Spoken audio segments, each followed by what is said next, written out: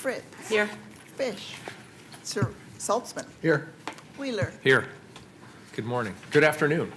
Good afternoon, Mayor, I'm Council. in a time warp, apparently. Welcome, everybody, to the Portland City Council meeting. The City Council represents all Portlanders and meets to do the city's business. Presiding officer preserves order and decorum during city meetings, and everyone, the purpose of this is so that everyone can feel welcome, comfortable, respected, and safe. To participate in council meetings, you may sign up in advance with the council clerk's office for communications to briefly speak about any subject. You may also sign up for public testimony on resolutions or the first readings of ordinances. Your testimony should address the matter being considered at the time. When testifying, please state your name for the record. Your address is not necessary. Please disclose if you are a lobbyist. If you are representing an organization, please identify it. The presiding officer determines the length of testimony. Individuals generally have 3 minutes to testify unless it's otherwise stated. When you have 30 seconds left, a yellow light goes on, and when your time is done, a red light goes on.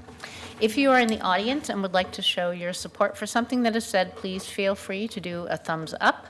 If you want to express that you do not support something, please feel free to do a thumbs down. Disruptive conduct such as shouting or interrupting testimony or council deliberations will not be allowed.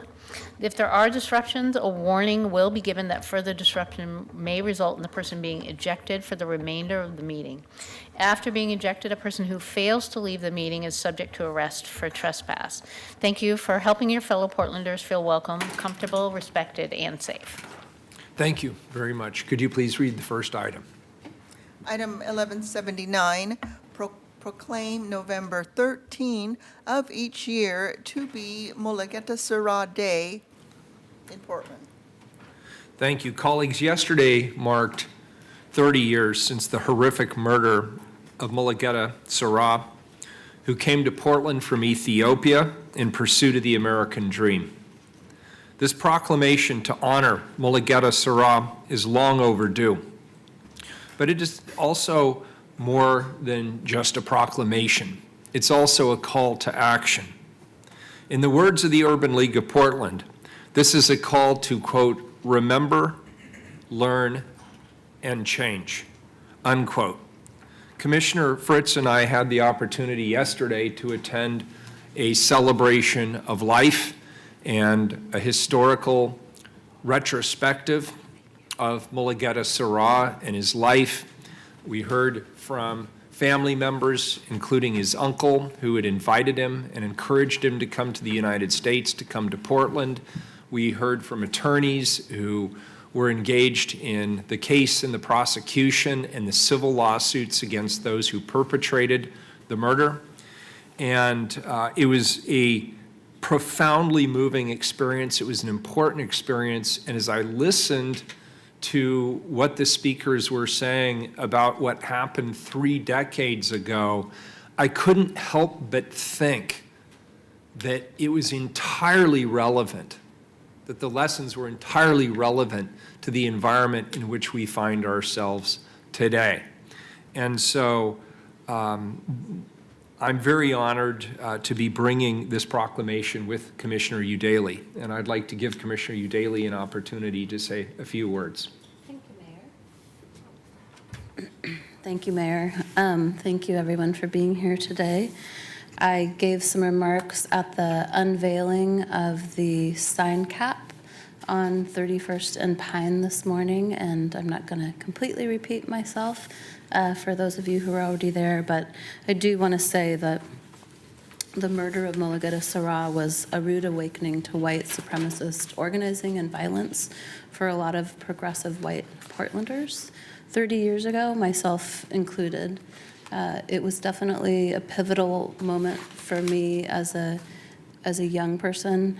The march preceding the trial was one of the first organized political events I ever participated in, and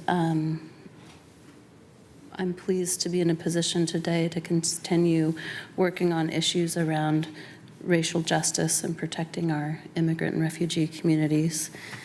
Today, by honoring Mulugeta, we take a meaningful step forward by committing to remember, to learn, and to change. I want to thank the Urban League for their leadership and work commemorating his life. I also attended the event yesterday. I want to thank PBOT, the PBOT Maintenance Operations crew, for installing the street signs and attending the conference yesterday. We had 2 tables. Just want to give a little shout out to my team at PBOT. And as well as Portland United Against Hate, Southeast Uplift, and the Ethiopian Community of Portland for partnership in making this happen. We're also very honored to have members of Mulugeta Sera's family here who helped us honor him this morning. So I want to thank them and once again say the city of Portland remembers him, and together we will strive to prevent another senseless act of violence. And now I'm going to introduce our invited panelists. I have Nkenge Harmon Johnson, the president of Urban League. I hope, but I don't see her. No. Do I have Jackie Yerby from Urban League? Thank you. Unetu Segao from Urban League. Joyce Harris, Molly Mayo from Southeast Uplift, and Simab Husseini, from Portland United Against Hate. Welcome, everybody. Please state your name for the record. Thank you, Commissioner Udaley, Mayor Wheeler, other commissioners. Commissioner Fritz, thank you for being there yesterday. My name is Jackie Yerby. I am the Director of Advocacy and Civic Engagement for the Urban League of Portland. My pronouns are she, her, and hers. And I'm going to leave my comments very brief because Unetu Segao was the brains and heart behind this commemoration, the conference yesterday, and the street sign caps. And so I really want for Unetu to be the person speaking on behalf of the Urban League. Good afternoon. My name is Unetu Segao. I work as a policy staff for the Urban League of Portland, and I'm really honored to be here. I was born and raised in Ethiopia. I was born in the part of Ethiopia where Mulugeta Sera was born in 1988, that same year when Mulugeta was murdered here in Portland. Mulugeta was around my age when he was murdered, near his Portland apartment on Pine and 31st, where we put the street sign markers today. In the early hours of November 13th, 1988, Mulugeta left a fellow Ethiopian friend's farewell party to go home and to get some rest because he had to be at work in the morning. His family and friends described Mulugeta as a responsible young man and a peacemaker who always had a smile on his face. 30 years later, as a Black immigrant who calls Portland home, I'm well aware of the fact that we still have a lot of work to do to make our city safe for all. I know because I have been a target of unprovoked hate incidents here in Portland by random people on the streets who do not know me but see that I'm Black. We need to be clear on the fact that Mulugeta was murdered because he was Black.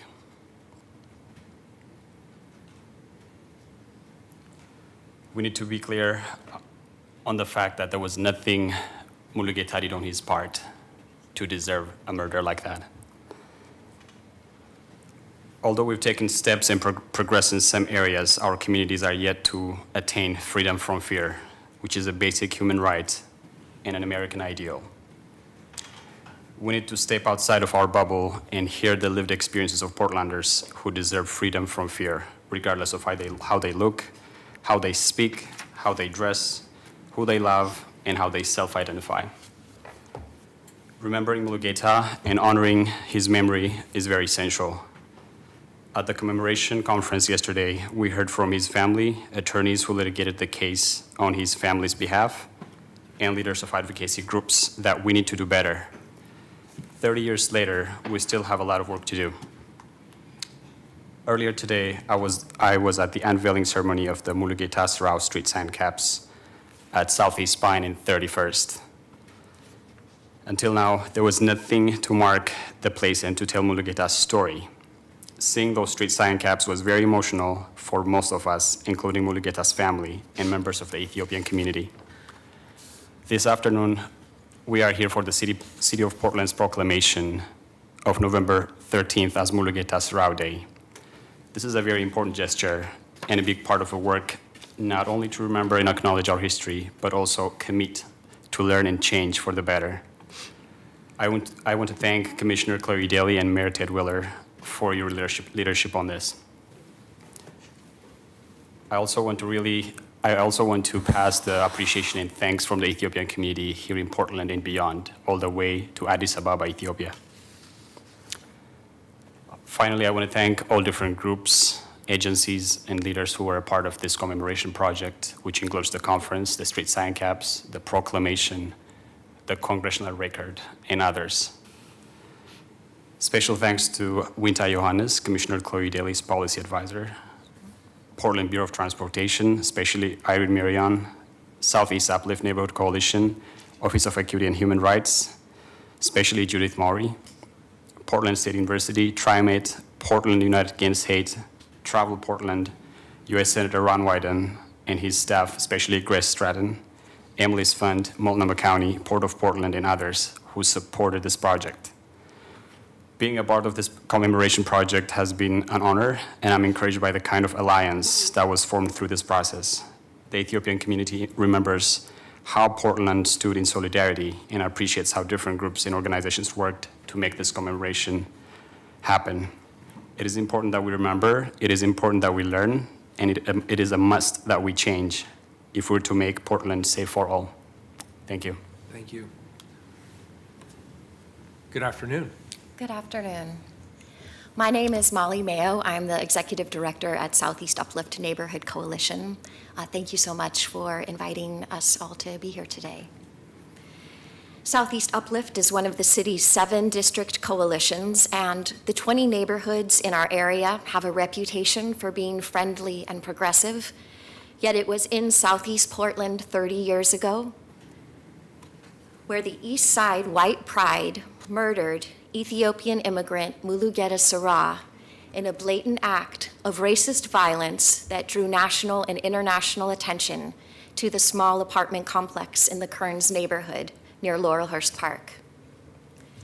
Since Sorrow's death, there have been continued acts of hate and violence, from cross burnings in Southeast Portland to swastikas to harassment to murder.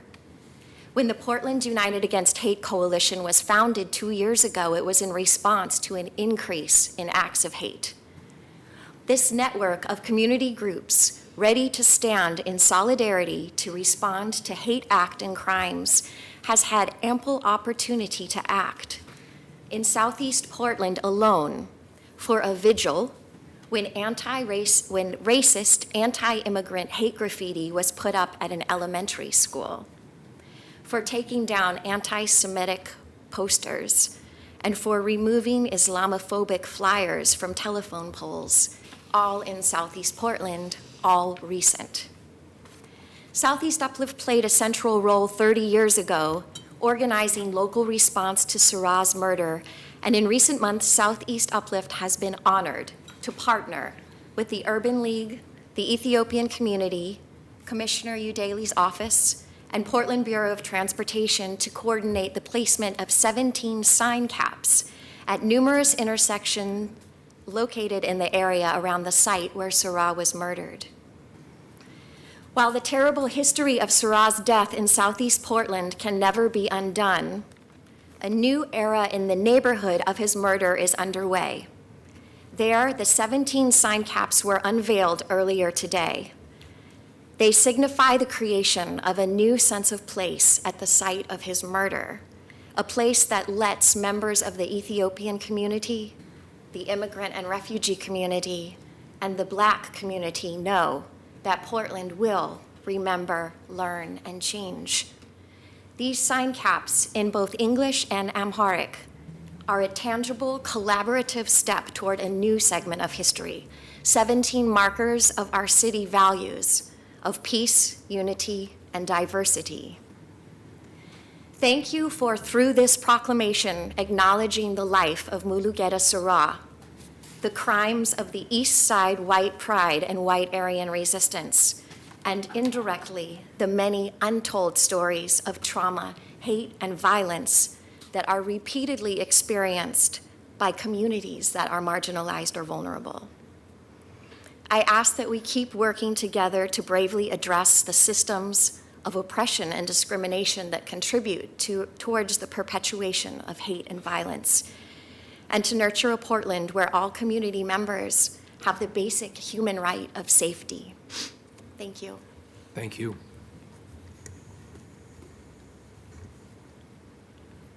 Greetings, dear commissioners, fellow mayor. Thank you for having me here. Scott Nakagawa said today, "My rich and rewarding life is the result of a very ordinary human response to a horrible tragedy."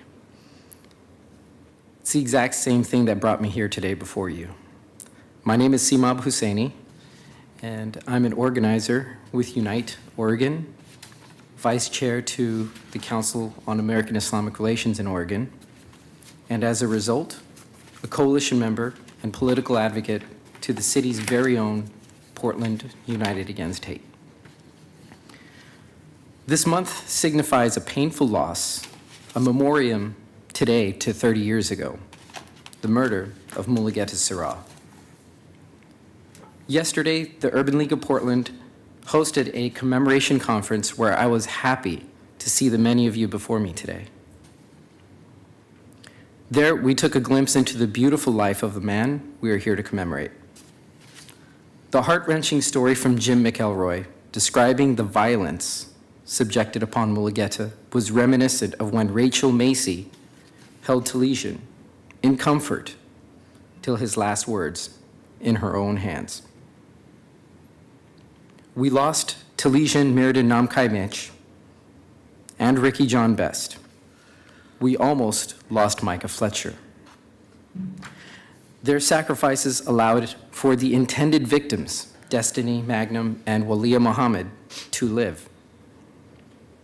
The loss of life to the inhuman hands of hate on the MAX train 1.5 years ago immediately echoed the names of Mulugeta Sirah. These worlds are connected.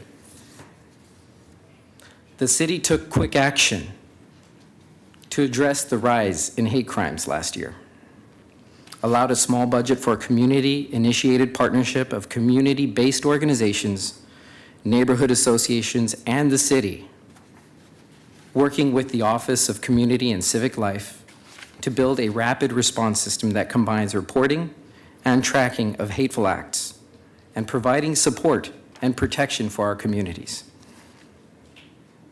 In commemorating this day in the name of Mulugeta Sirah and remembering the lives that have forever changed in the name of hate, let's continue to advance the causes of the affected communities together. As the city takes this step in commemorating Mulugeta Sirah, may it also signify the action of working with communities that are providing the winning solutions and leading the efforts to eradicate it from hate. With this, I will end with another quote from Eric Ward. "I have never forgotten that it was in Portland that government, businesses, and community leaders successfully out-organized white nationalists in the 1990s. I believe Portland will do this again." Thank you. Thank you. Thank you, all of you. Joyce, Dr. Harris. Good afternoon. My name is Joyce Harris, and I work with a number of organizations, but my connection to Mulugeta Sirah's killing is very personal. The morning after he was beaten savagely, I received a phone call about 6:28 in the morning, and I remember the time. It was from a woman in the community. Her name was Shanisha Smith, and she said, "Sister, an Ethiopian brother has been beaten, and they don't expect him to live, and the community doesn't know what to do. Can you call somebody? Can you call Ron Herndon? Can you call Halim?" And I did that. At the time, I was running a school, the Black Educational Center. And that Monday, I went to school, and we would always gather the kids first thing in the morning to kind of see what they had done over the weekend. And it's real important to talk to children, no matter how old they are, about things that might impact their lives. And so I talked to the children about Mulugeta and how he had been beaten to death. And of course, these kids, kindergarten through fourth grade, had questions. Well, why? Why didn't they like him? And so we had a long conversation, and then one of the little children said, "Can we make cards for his family?" And so we stopped whatever we had planned to do that morning, and we let the children make cards, ask more questions. And that afternoon, I went over to the apartment, and I delivered them. And let me just share with you the whole imagery that day. First of all, I was afraid to travel down that street because I didn't want to see his blood on the pavement. So I parked around the corner and I walked. I wouldn't even look in that direction. And when I got to the apartment, it was dark. The blinds were drawn. People were terrified. People who were in there were crying. And I gave them the cards, and I stayed for a while, and then I had to leave because I knew that I was not going to be able to hold it together much longer. Later on that evening, I got a call from this same lady who had originally called me and said she had went over there, and she said they had put the cards all around the room and how appreciative they were. Well, one of the reasons why that was important is because sometimes it appears that our communities are divided. And well, this happened over in North Portland, doesn't have anything to do with me. But during that time, it was important for me as a leader in the African American community to connect with the Ethiopian brothers and sisters and let them know they weren't alone. And over the years, I've come to realize that, of course, I was traumatized.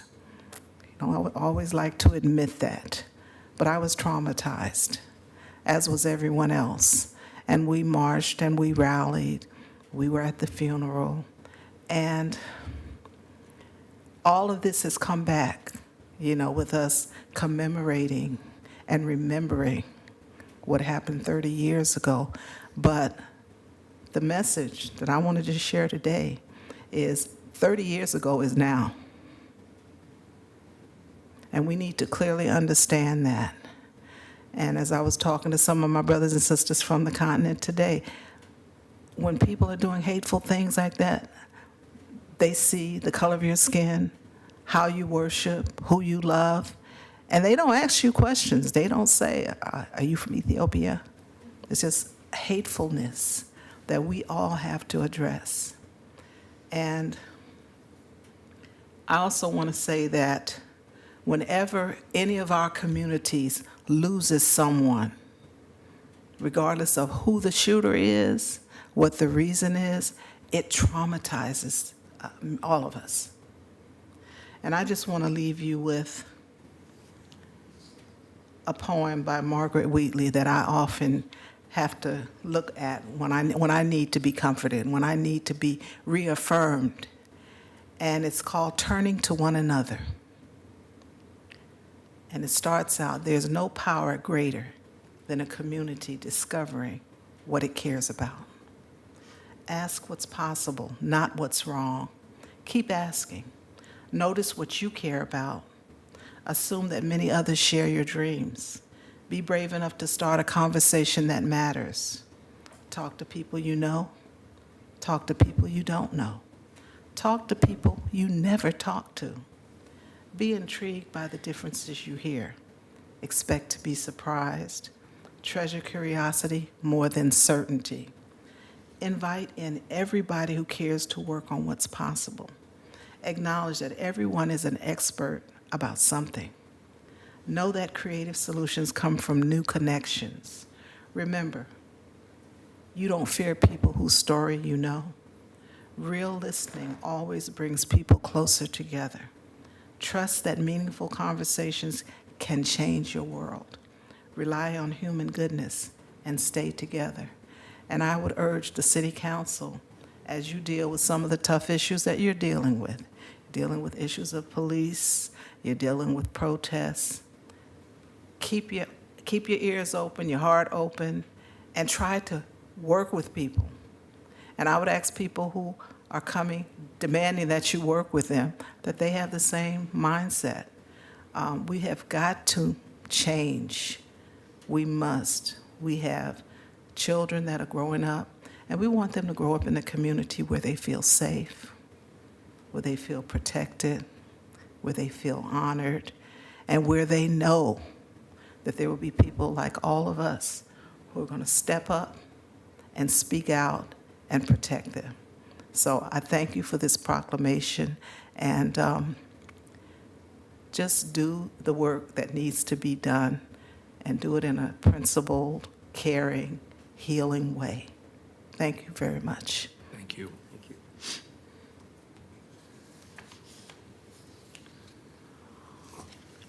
So Commissioner Fritz, sorry. Well, first, thank you, Dr. Harris. Thank you, everybody, for coming and for helping us all understand better. Thank you to the Urban League for the event yesterday, and thank you, Commissioner Udaly, not only for this proclamation, but also for your support of that event. There's a lot of people who weren't here in Portland 30 years ago, and I was newly reminded that it wasn't just a random act of violence. It was a calculated campaign across the country to incite violence. And I want you to know that I changed my speech that I was going to make this morning about the protest regulations in response to what I learned anew yesterday. White supremacy is not something that just happens. It's not just a mindset or something that people hear the president or somebody else making a speech. It's an organized campaign to instill fear through violence. And so that changes what we need to do, and especially what we white people need to do in response to that. And so I really appreciate the timing in the context of what we were discussing this morning in terms of what do we do about protests, because this remembrance of a terrible something that happened 30 years and one day ago, remembering what happened on the MAX train just last year. It's part of a campaign, and thank you, Commissioner Saltzman, for reminding us that it was part of a campaign in Germany in the 1930s as well. So it's a grave and present danger. It's not a history lesson, it's now. And so thank you very much for bringing this forward.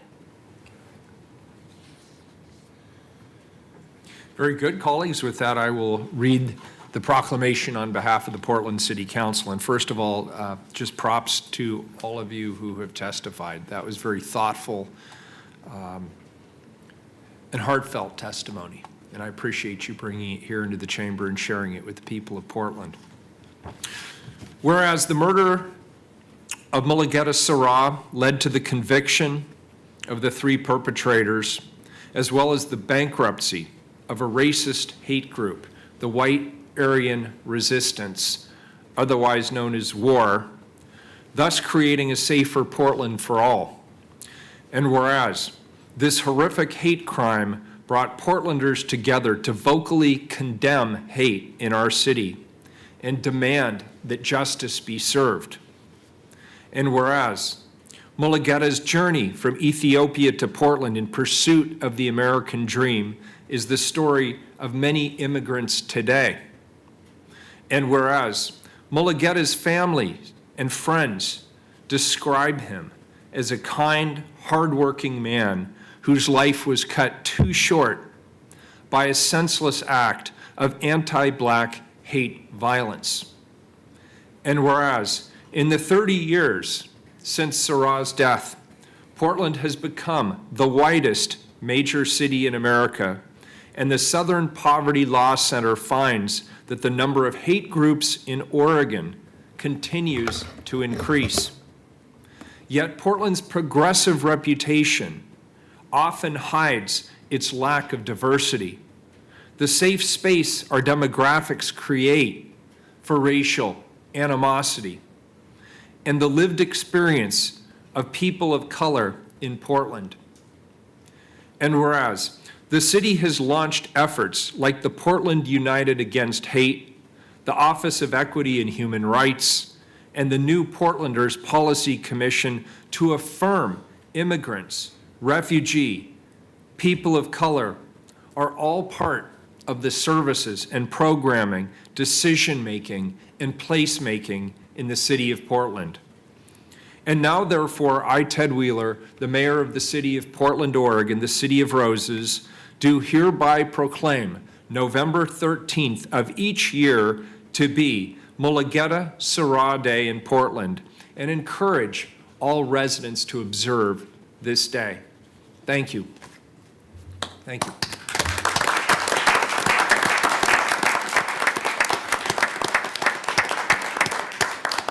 And if I'm not mistaken, Betsy, yet right on target. Why don't we come down in front and maybe we could get a photograph with those who testified and anybody else who'd like to join us for a photograph.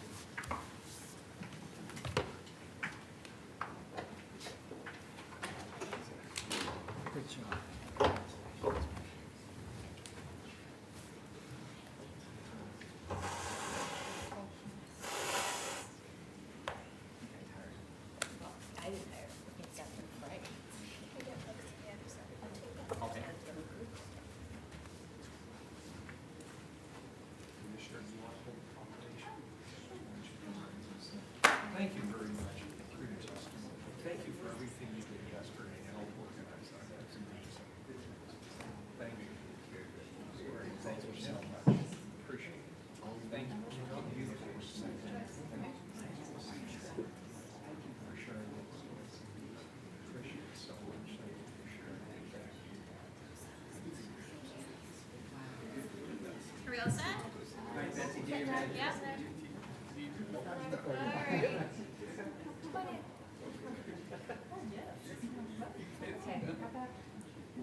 I'm gonna have you step up front. Yeah, have him go behind. Yeah. Oh, there's Jackie. You can stand a little bit toward. Yeah, there you go. Yeah, I can see him. Okay. All right. So look here. This camera. 1, 2, 3. 1, 2, 3. Flash. 1, 2, 3. Awesome. Thank you. Thank you. Thank you.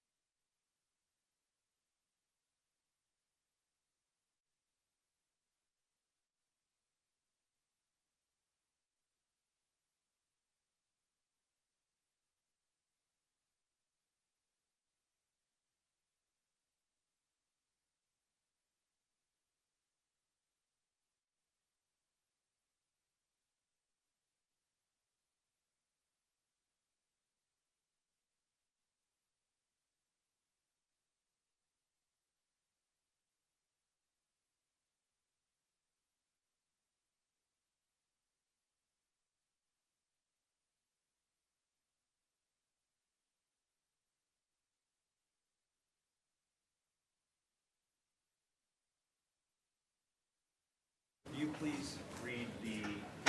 Carla, could you please read the next two items together, 1180 and 1181? 1180, accept the report to develop a strategy and policy to address single-use plastics. And 1181, repeal code for single-use plastic checkout bags and polystyrene foam food containers and replace with code prohibitions and restrictions on single-use plastic. Colleagues, I'm excited this afternoon to introduce these next two items, 1180 and 1181. The single-use plastics resolution passed on June 20th, earlier this year, and it directed the Bureau of Planning and Sustainability to work collaboratively with my office and the community on a comprehensive strategy to address the issue of single-use plastics in the city of Portland. I believe that this policy is a great first step as we tackle this very large problem of plastic pollution. The ordinance before us today is the result of a lot of hard work and significant engagement with stakeholders from business, ADA, and environmental communities, as well as the general public. The, quote, by request straws, unquote, aspect of this proposal addresses ADA, that's Americans with Disabilities Act, concerns by allowing for accessibility for some people with disabilities and people recovering from injury when drinking a glass of water is contingent upon the availability of this tool. It also works within the framework of the City of Portland's mixed recycling and composting programs, which do not accept nor have the capability of accepting any small plastics like straws, even compostable ones, as they cause serious problems for end markets, all of which do not break down in the marine environments. Because of this, project leads have turned to waste prevention as the best solution to addressing the plastic problem. I'm now happy to turn this over to Pete Chisholm-Winfield and Bruce Walker, both from the Bureau of Planning and Sustainability, and Amy Rathfelder, who is from my office. They'll tell us more about the city's progress on tackling single-use plastics and give us an overview of the ordinance we'll be hearing today. Thank you. Thank you, Mayor Wheeler, members of the council. I'm Bruce Walker, the Solid Waste and Recycling Program Manager, and I work in the Bureau of Planning and Sustainability. First of all, that was very powerful, and I'm doing my best to keep moving on with the discussion today. So, thank you. I appreciate the direction provided by Council earlier this year to address the issue of plastic pollution through the adoption of the Plastics Reduction Resolution. We have worked with the mayor's staff and undertaken community engagement efforts that have informed this proposal before you today. The City of Portland and Multnomah County Climate Action Plans prioritize waste prevention of plastics. This report and proposed ordinance identify waste prevention as the highest and best course of action from a marine litter perspective and from a climate perspective.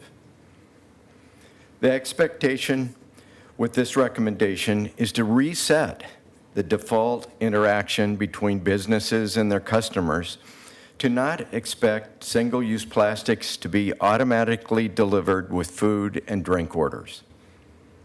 We are excited to continue the work in collaboration with Multnomah County moving forward on this and other issues identified in the Climate Action Plan.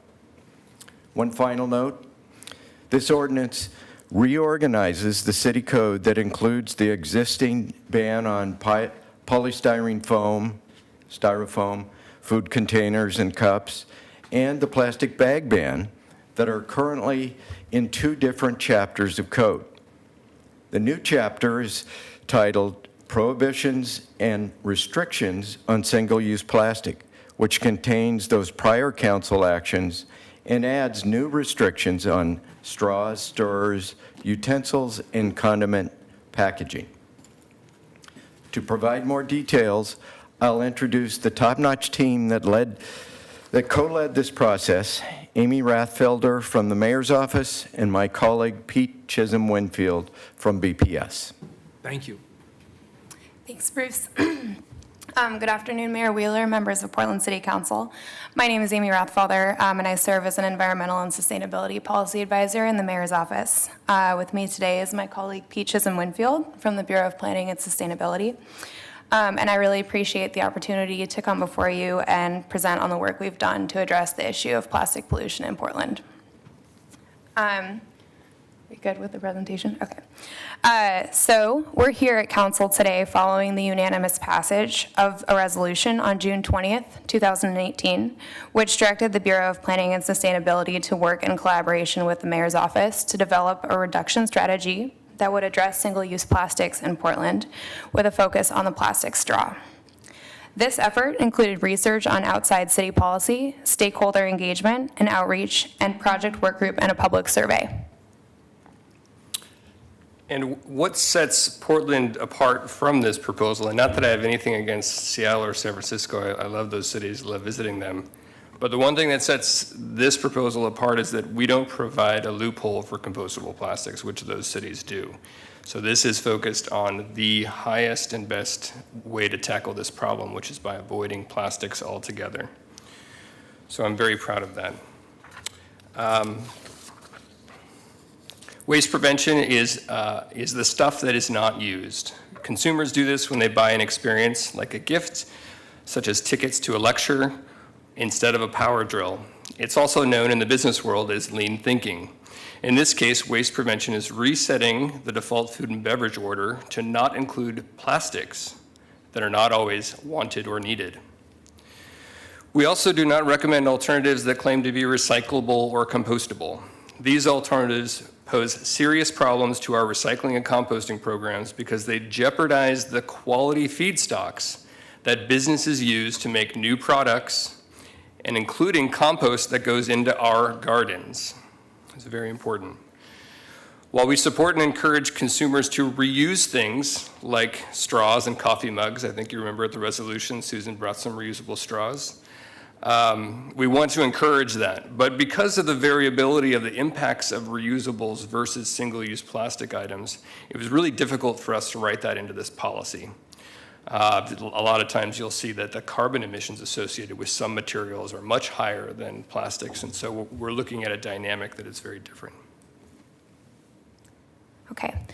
So at the outset of this work, a small stakeholder work group was formed with the goal of arriving at a policy directive that would address this issue comprehensively. This work group was comprised of representatives from all around Portland's business and advocate communities. We included a wholesaler, a medical facility representative, environmental advocates, and 2 straw users that are supported by the Americans with Disabilities Act around the table. Additionally, the group was advised by representatives from Multnomah County, Prosper Portland, and the Bureau of Equity and Human Rights. City staff, Pete, myself, and Bruce, led, coordinated, and documented the work group feedback. We also developed a community survey asking people about their ideas of reducing plastic, many of which ended up in this proposal. The one thing I do want to relay is when asked the question from 1 to 100, how much do you support a citywide policy to reduce single-use plastics, 1 being the least supportive and 100 being the most, the average response from over 4,000 people was 86 out of 100. So there was an overwhelming community response for the city to do something about this. Additionally, the conclusion of the work group meetings revealed some key findings. First, there is a need for government intervention when addressing this issue. Portlanders express support, as Pete just showed, for our city taking the lead on reducing these materials. Second, waste prevention or not using, as Pete spoke about earlier, and reuse are the highest and best alternatives to single-use plastics. And third, there is a continued need for additional considerations and decision lenses as we continue this work, like climate impacts and human health. Amy, could I ask you a question? Of course. So you say here, a ban lessens accessibility. And quite frankly, the only criticism I've heard of this policy so far is it doesn't go far enough.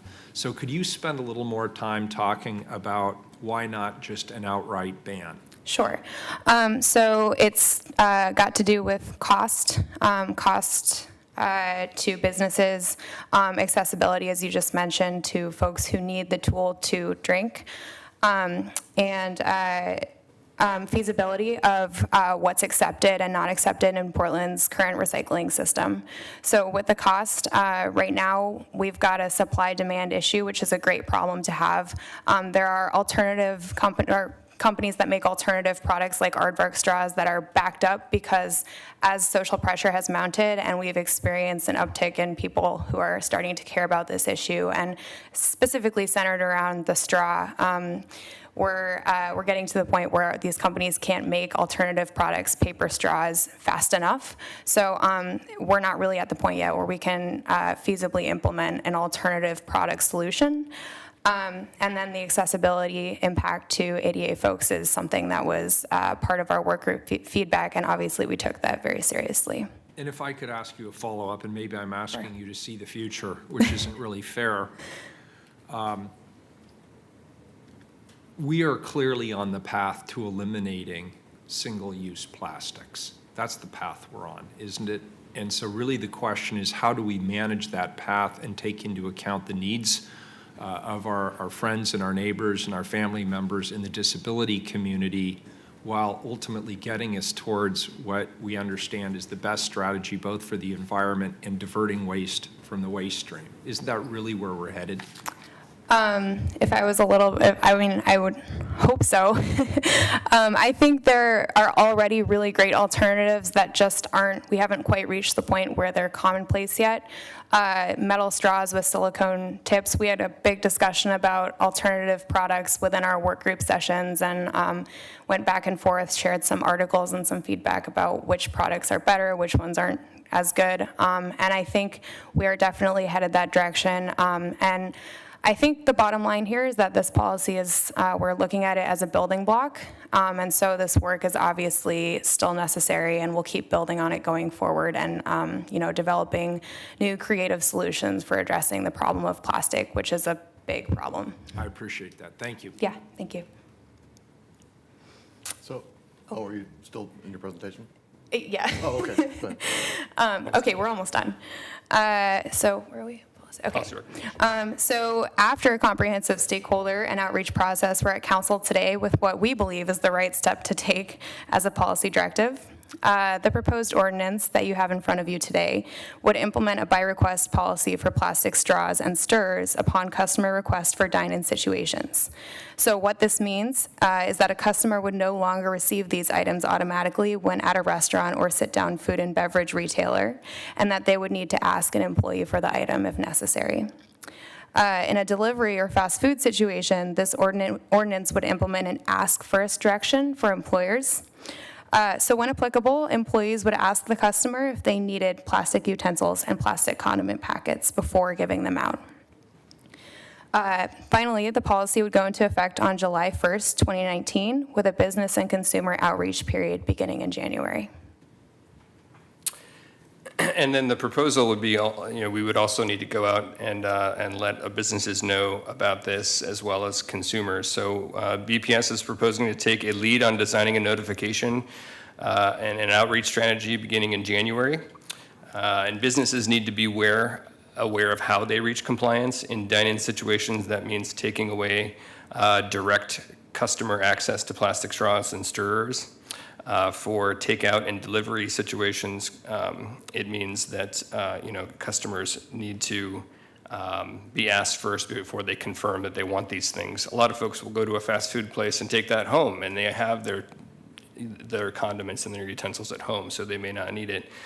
So this would also apply to in-person, by phone, and electronic orders. And as I've become familiar with electronic orders, they're much highly used now than they were before. So we want to make sure to take that into consideration. And then customer awareness, we want to make sure that the customers are informed as to why it's important to focus on the reduction of these materials and why we're doing this in general. Monitoring and compliance. So we currently have a monitoring and compliance strategy for plastic bags and foam packaging. We're proposing that this ordinance replicate that. All businesses will also have access to technical assistance through the City of Portland Sustainability at Work program. BPS will be responsible for the compliance and intervention based off complaint. So as soon as complaints come in, we will respond and investigate. And we're seeking a partnership with Multnomah County to explore some opportunities to notify and streamline communications between BPS and the affected businesses, as Multnomah County health inspectors are already in all these businesses talking about a myriad of other issues.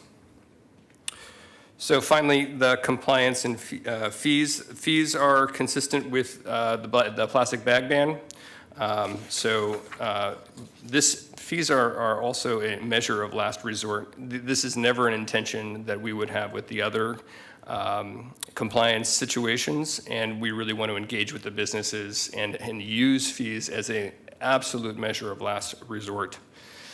And then also, one final note on the merging and creating a new chapter on prohibitions and restrictions of single-use plastics. We're excited about this because it creates an opportunity to share the program information with the public and other jurisdictions and be able to really bolster some of our outreach efforts to include a myriad of materials, not just the ones that we're introducing, but reinforcing the bans we already have in place for foam and plastic bags.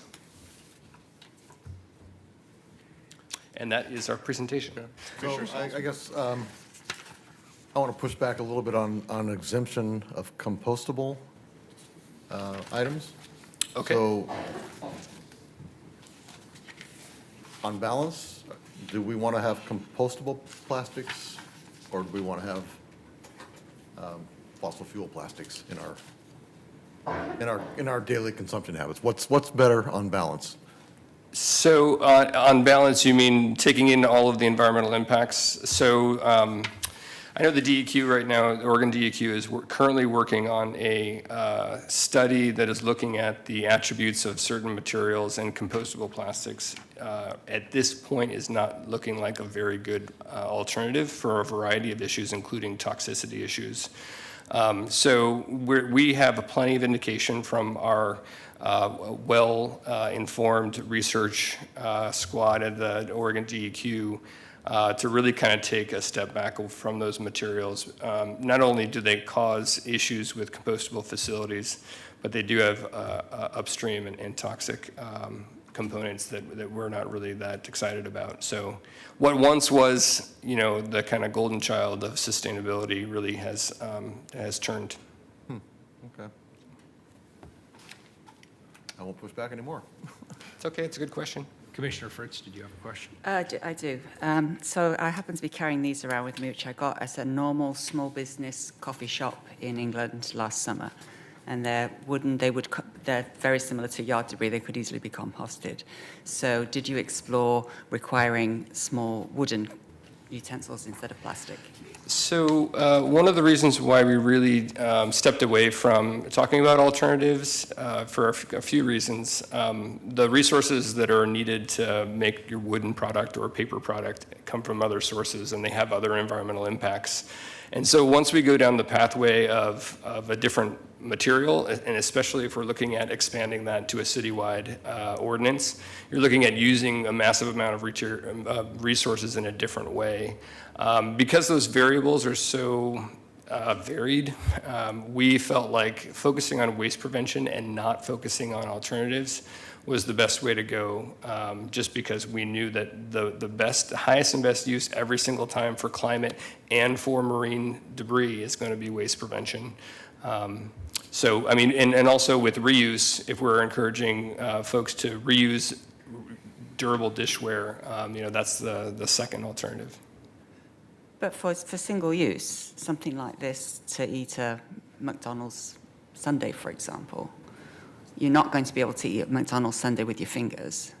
If you didn't bring your spoon in your bag with you, which I have, wouldn't it be better to have a wooden one rather than a plastic one? I guess that depends on how many trees it takes to make all those wooden utensils. That was a question that I would probably ask. Well, that's something I would like to be looked into. Second question is, are lids included in this ordinance? They are not. So that I am troubled by. It seems like there should be some alternatives to plastic lids. Well, mostly the lack of availability of alternatives for plastic lids. I've read articles about cold drinks having some sort of a coffee cup type of a top. But right now that's not available on a massive scale, so that wouldn't be something that we would be able to tell 6,000 businesses to be able to do, because they wouldn't be able to do it. What about businesses that are already using things like wooden stirrers? Are they going to be allowed to continue to have the stirrers out? Yeah, the ordinance is proposed just to be about plastic stirrers and plastic straws. The wooden ones would be exempt, yeah. So I didn't say anything about the little pizza tables that come inside your pizza to stop it. That's not included either, right? It is not included. So, Mayor, I was happy to hear you say that this is a step along the way, and I know this was a consensus recommendation from the committee. But what's ahead before us is a report from the committee, so I can't amend that, and the code, which it wouldn't be appropriate to amend either. What's the certainty? I mean, the start date's in the report, but no end date come back to council with something more. I mean, when we did plastic bags, which my friends in Surfrider over here will well remember, we had the same argument. So there's not enough availability of paper, it's not a good product, it'll be too expensive, nobody will do it. And we did it, and lo and behold, now it's kind of standard and people don't really think about bringing their own shopping bag with them, or if necessary, taking a paper one. So what's the timeline for coming back with something that says, no, seriously, find some cardboard alternatives, find some wood alternatives, we're going to ban single-use plastics? So we hadn't really agreed on a follow-up date, but we can absolutely add that in. I think accountability is important, and we would like to keep the council informed as to the progress once this is implemented, assuming it is implemented. So we could discuss a timeline for something like that, absolutely. And what would that? For both the plastic bag ban and our Include the Food curbside program, we had a one-year report to come back to council. Would that? That would certainly, I think, be a good thing to do.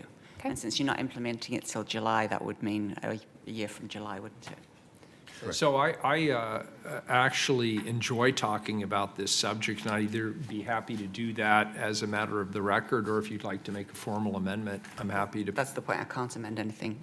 Oh, that's a good point. You can't.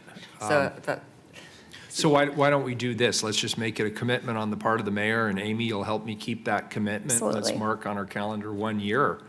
And I would very much like our partners to continue this conversation and come back and update the council on, number one, how is this doing, assuming it passes. I never take that for granted. That's as funny as I get, by the way. That's my best material today. And number two, we don't know what we don't actually know what the technology is going to be. But let's just say this. I am fundamentally committed to single-use plastics being as eliminated as possible within reason, and understanding, since we have done this differently than other communities, and we've had the ADA community right at the table with us, we don't want to move ahead of them. I think it's really important that we hold that value in place. But we're all committed, I think, for the same reasons. Okay. Great. So we have an invited panel. Thank you. Nancy Nordman from Surfrider is here today. Nicole Sharon from the Office of Equity in Human Rights. I see Nicole.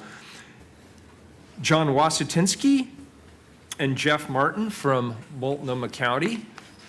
And Greg Astley from the Oregon Restaurant and Lodging Association are all here as part of our invited testimony today. Welcome, thank you. I should have brought my shirt. I forgot my shirt. I'm so disappointed. We have more. I keep mine very clean. It actually generates a lot of conversation at the gym. I will tell you that. Yeah. It's a good T-shirt. Great, welcome. I don't know who wants to start. I will start. Thanks. I'm Nicole Sharon. I'm from the Office of Equity and Human Rights. So I think a lot of us want to think of ourselves as good stewards of the environment. And so when an idea comes about that is catching on in other cities, we want to jump on it. And so we banned the bag and we wanted to ban the straw. But as government agencies, we need to look at that and apply an equity lens and say, who does this decision impact? And when it most impacts one of our most underserved communities, it really is on us to say we need to move forward in a different way. I am a straw user. There are times when, at a restaurant, you'll get a big, heavy pint glass. I can't lift that. So I need a straw if I'm going to be able to use that. And so it became really important when we heard that this was happening to connect with the mayor's office in planning and say, you have to consider the disability community and that impact. I am very happy to say that both Yulia and I were at the table, and everyone that first day really heard what we had to say and what those impacts were going to be. And I think people really learned a lot about, because I think, we jump on well, what about just an alternative? What about bringing metal straws? Well, for some people, a metal straw isn't an option because they've had a stroke or they have to bite the straw when they're drinking it. And so if it's metal, they then risk the damage of damaging their mouth. So I think reduction is the best way to move forward. And I hear you, Mayor, that you want to keep moving forward and get to a place where we eliminate them. But there has to be a technology then that comes about that really makes sure that people whose lives are already so impacted when they're trying to just be out in the community like everyone else, and then we take away things that take away from that quality of life. Yeah, and to be clear, Nicole, I agree with you wholeheartedly, and we appreciate your being at the table. Thank you. Good afternoon. Good afternoon. Thank you so much for having me here. For the record, my name is Nancy Nordman. I don't know if I need to say that again. I am here representing the Portland chapter of Surfrider as the volunteer coordinating the Ditch to Straw PDX program. We're incredibly proud of the impact that Ditch to Straw PDX has had over the Portland area. Just over the past year, we've had incredible successes working with over 120 businesses, ranging from large event spaces like Doug Fir to neighborhood coffee shops like Posey's. And most businesses have really reported the switch to away from plastic straws to some sort of alternative, whether it's a metal glass or metal straw with a silicone tip, paper, glass, bamboo, any sort of alternative on request as being easier than they anticipated it to be. And many have reported drastic straw reductions, positive customer feedback, and cost savings. Just to give a few examples, Mad Hannah reported $1,000 in cost savings just since May, since making the switch. Portland Spirit, the boat cruise line, estimates between 8,000 and 10,000 straws have been avoided just through their change to bamboo straws. New Seasons has reported preventing around 100,000 straws by removing them from all their coffee bars. And Porque No has reported a drop from 4,000 straws a month down to 1,000 straws a month through the change as well. So because of all these successes that we've seen from the businesses, we believe that Portland is more than ready for policy change on this issue. As you've heard from these examples, this isn't just an environmental policy that we see it as, it's smart business policy. Hundreds of thousands of straws have been eliminated from the waste stream, and we see that businesses are finding it to be a positive change for them.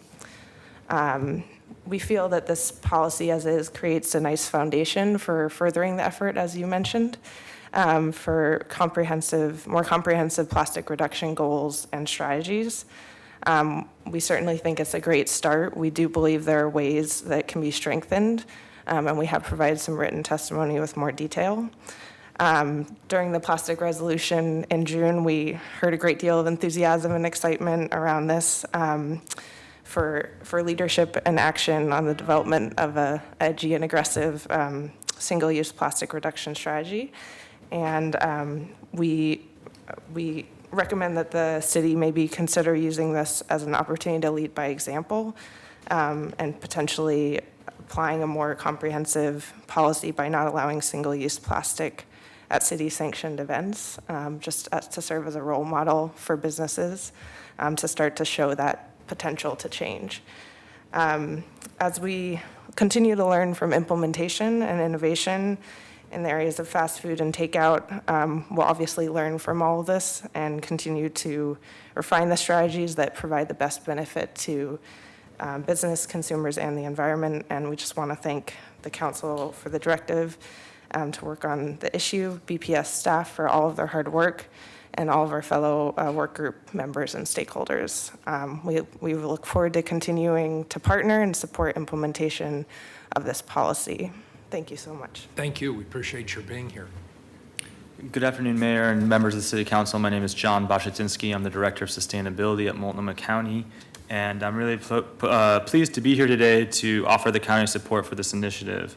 I think that the action that the Council is considering today is properly understood as one step in what has been a decades-long effort to limit the impact of single-use plastic on the environment and on our health. And it's pleasing to me to look back at that history and see that the county and the city working hand in hand on those efforts. In 1989, so that's a long time ago, I guess, the city and the county passed parallel ordinances restricting the use of styrofoam in restaurants. It was sort of like the plastic straw policy of that era. And it's worth noting that the policy was targeted at health. It was actually a health policy, the aim was to limit people's exposure to petrochemicals. It was successful in that regard, but it's also been incredibly successful at limiting the amount of styrofoam that we see in our rivers and in the environment.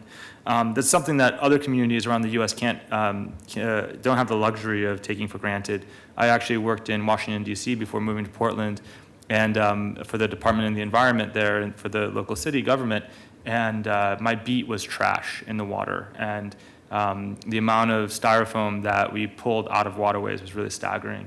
So that forward-looking policy has really made a large difference in sort of the quality of life here in Multnomah County, but also the sort of the environmental impacts of that. Portland has shown time and time again a willingness to reach upstream and implement pollution prevention strategies that will pay dividends into the future. The action the action by the council today would also align with another area of collaboration between the city and the county, namely the Climate Action Plan. In the plan, we identify a plastic reduction policy, and as was noted by the previous panel, reduction is really the first strategy of the R's that we learn about recycling and reuse, as a key area in our materials management framework. And the county is working with East County cities to follow your lead, the city's lead, on plastic bag bans, and seeing if we can extend that policy eastward to the smaller communities in East Multnomah County. Today's action by the council builds on an important legacy, and the suite of strategies is a template for other cities around the world to follow when seeking to protect waterways and conserve natural resources. The county is here not only to cheer you in this action, but also to help. Multnomah County Health Department looks forward to working with our partners at BPS to help restaurants and mobile unit operators understand the new ordinance and how they can continue to best serve the public. The Health Department provides education in person through inspections to approximately 5,500 permitted facilities in Multnomah County and almost 5,000 in the city of Portland. This year, all facilities will receive information about plastic bags, polystyrene, and hopefully next year we will be providing them information about the plastic straws as well. So it's a great opportunity to have in-person conversations with all the business owners that serve food within the city and within Multnomah County. This has offered us an opportunity to work more closely together with BPS to help implement this policy and other existing policies. So thank you very much, and go Does that city. include food carts under your county jurisdiction? Yes, Okay. yep, that includes food carts as well, absolutely. John, thanks a lot. We appreciate you bringing your expertise and your partnership to this. You're welcome. It's critically important, so thank you for that. Good afternoon. Good afternoon, Mayor Wheeler, Commissioners. My name is Greg Astley, Director of Government Affairs for the Oregon Restaurant and Lodging Association. Thank you for the opportunity to speak today and for the invitation for our members, the restaurant owners and operators in the city of Portland, to be a part of the work group and the discussion leading to today's proposed ordinance. We always appreciate being involved in the beginning part of a conversation from the start to help shape the policy that we think works for everyone. So, as consumers become more aware of the issues of single-use disposables and the waste stream, the plastic waste reduction, and the restrictions on recycling, restaurants and their suppliers have responded to those requests to reduce use of these items. In just the last year, 2 major vendors in the city of Portland to restaurants and food service establishments reported significant reductions in the ordering of plastic straws. In one case, more than a third fewer straws are being ordered by food service establishments and local restaurants. Some of our members in Portland are already voluntarily reducing usage with their own by-request straw policies, replacement of plastic straws with alternatives, and by asking customers who are getting takeout whether they need plastic utensils. Hotels and bars are also voluntarily reducing their plastic straw usage. Many of them are already promoting the fact that they are a by-request restaurant or bar with signage and materials on tables. Having the option to offer plastic straws to our customers who may be disabled or impaired in some way and whose safety may be at risk with metal or wooden straws is important to us too. We've heard from members of the disabled community who need plastic straws as an option for their own well-being, and we want to be able to accommodate them. Portland's restaurants, hotels, and bars are cornerstones in our community. They give generously to worthy causes, they feed the hungry, and they provide a place where people can meet and break bread together. The people who own, manage, and run them are Portlanders too, and they care about the environment and they're sensitive to the customers' requests and feelings. With so many other challenges facing the people running restaurants, hotels, and bars, we appreciate and support the council's consideration and approval of a by-request ordinance coupled with education and outreach to our customers. Thank you. Thanks, Greg. Appreciate it. Very good. Thank you all for being here. We appreciate your testimony. Next up, oral testimony. Do we have people signed up, Carla? Yes, we do. We have 8 people signed up. 8 people signed up. Very good. The first 3, please come on up, are Chanel Hassan, Sarah Mayer, and Celeste Mefrin Soingo. Very good. 3 minutes. Name for the record, please. We don't need your address, and the microphones slide around. Thanks for being here.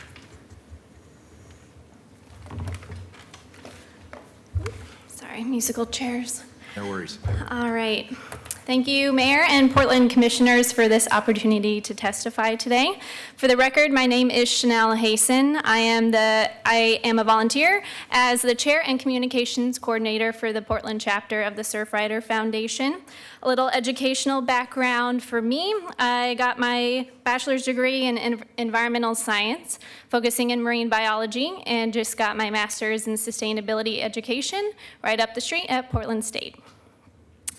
As you have heard from Nancy, our Ditch the Straw lead who testified earlier today, we have worked on this program to decrease single-use plastic straws in the city of Portland for over a year now. I want to personally thank each one of you for your interest and leadership in addressing single-use plastic pollution within the city of Portland. There's no doubt that single-use plastics, including straws, have been stamped across headlines all over the globe. It's an environmental crisis, and in some third world nations, it's a health and social crisis. Bold political actions have resulted because of this increased publicity and awareness, such as the European Union's sweeping ban on many single-use plastics by 2021. Plastic pollution isn't a Portland problem. This is not an Oregon State problem. This is not a national problem. This is a global epidemic. Based on our current production and leakage of plastic into the environment, it's projected by 2050 that the ratio of plastics to fish in our ocean will be 1 to 1. Even though this is an environmental catastrophe that needs environmental policy, Surfrider Portland started with a business-first approach, addressing single-use plastics with our Ditch the Straw PDX campaign. As a grassroots organization, we began our work on the ground, working personally with over 120 businesses this year to decrease their plastic pollution footprint in Portland. We commend you on the leadership that the city is undertaking in policy actions. We provided you with some considerations for strengthening and growing this work, and we look forward to working with the city further in partnership to reduce single-use plastics in the great city of Portland. So thank you very much. Thank you. We appreciate it. All right. Hello, City Council members. For the record, my name is Sarah Mayer, and I am the secretary for the Portland chapter of the Surfrider Foundation. While I am actively involved in the Surfrider, I'm just a volunteer, like most of us here. So my day job is downtown, and I have the privilege of living and working downtown, only 15-minute walk for me. But every day during that short walk, I see countless plastic on the streets. Straws, coffee cups, coffee lids, food containers, wrappers, The cigarette butts is a whole nother issue, but each day I see a new view of plastic and trash on our streets. And while most of that trash is plastic that is going to be here forever, because it does not biodegrade. So through simple actions and municipal efforts, I think that we can turn the tide on plastic pollution. I'm fairly certain that most people are aware of the problem as human race we have created for our oceans.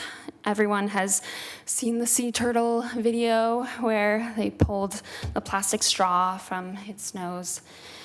Most people are aware of the Great Pacific Garbage Patch, the giant mix of plastics that aggregates in our oceans gyres that harms animals and disrupts the food chains and ecosystems and eventually washes ashore into our beaches. Most people are aware of this. However, still today, 8 million metric tons of plastic goes into our oceans each year. So while we are aware, it is still a problem. We at Surfrider do our part in cleaning up by hosting action days, beach cleanups, riverside cleanups, multiple green streets cleanups each month. Last month alone, we picked up over 60 gallons of trash in our bioswales, and 80% of that litter that we pick up is plastic. So we may have 120 businesses who are already committed to this movement, but the reality is that we need to move entire cities, states, and nations if we are going to truly impact this problem of plastic pollution.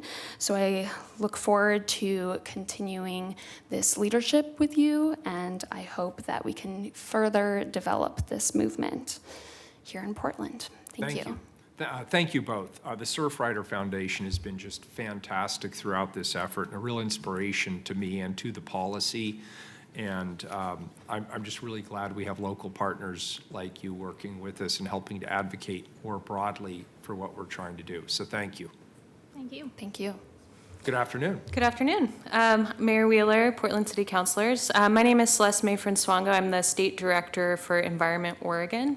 We're a member-funded environmental advocacy organization based here in Portland, just across the river. I'm here to express Environment Oregon's support for the prohibitions and restrictions on single-use plastics ordinance before you today, and to thank you for bringing it up for consideration. I also did want to recognize the Surfrider Foundation and thank the volunteers and staff for all of your hard work to get us to this point. Educating the public and advocating for the reduction of single-use plastics is a big part of our work at Environment Oregon. We're particularly concerned with the devastating impact that plastics have on our wildlife, particularly marine wildlife. And we believe that nothing that we use for 10 minutes should pollute our environment for hundreds of years. We hear from our members a lot that they're concerned about plastic pollution, especially the plastics that they can't recycle. And many have expressed frustration at just how much plastic they interact with in a day. When you go to the grocery store, so much of what you want to buy is packaged in plastic. If you live in a part of the state without a ban on single-use plastic bags, your groceries are likely also bagged in plastic. If you want to go out to eat and get something to eat or drink, you're often given a plastic clamshell, plastic cutlery, condiments in plastic, a plastic cup and/or a plastic straw, sometimes all of the above, and you don't have a real option to opt out. Some of this plastic does end up getting recycled, but most of it ends up getting thrown away, ending up in our landfills and in our natural environment. So we think this ordinance is a really good first step to reducing wasteful plastic use.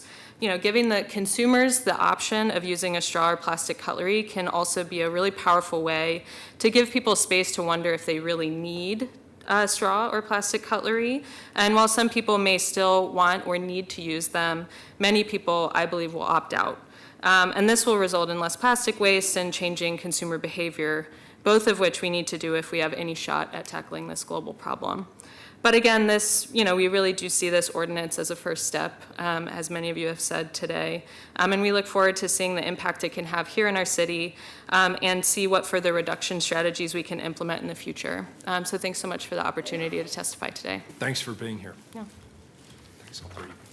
Next three, please, Carla. Next three are Simon Scoots, Peter Wyrick, and Julia Pearson.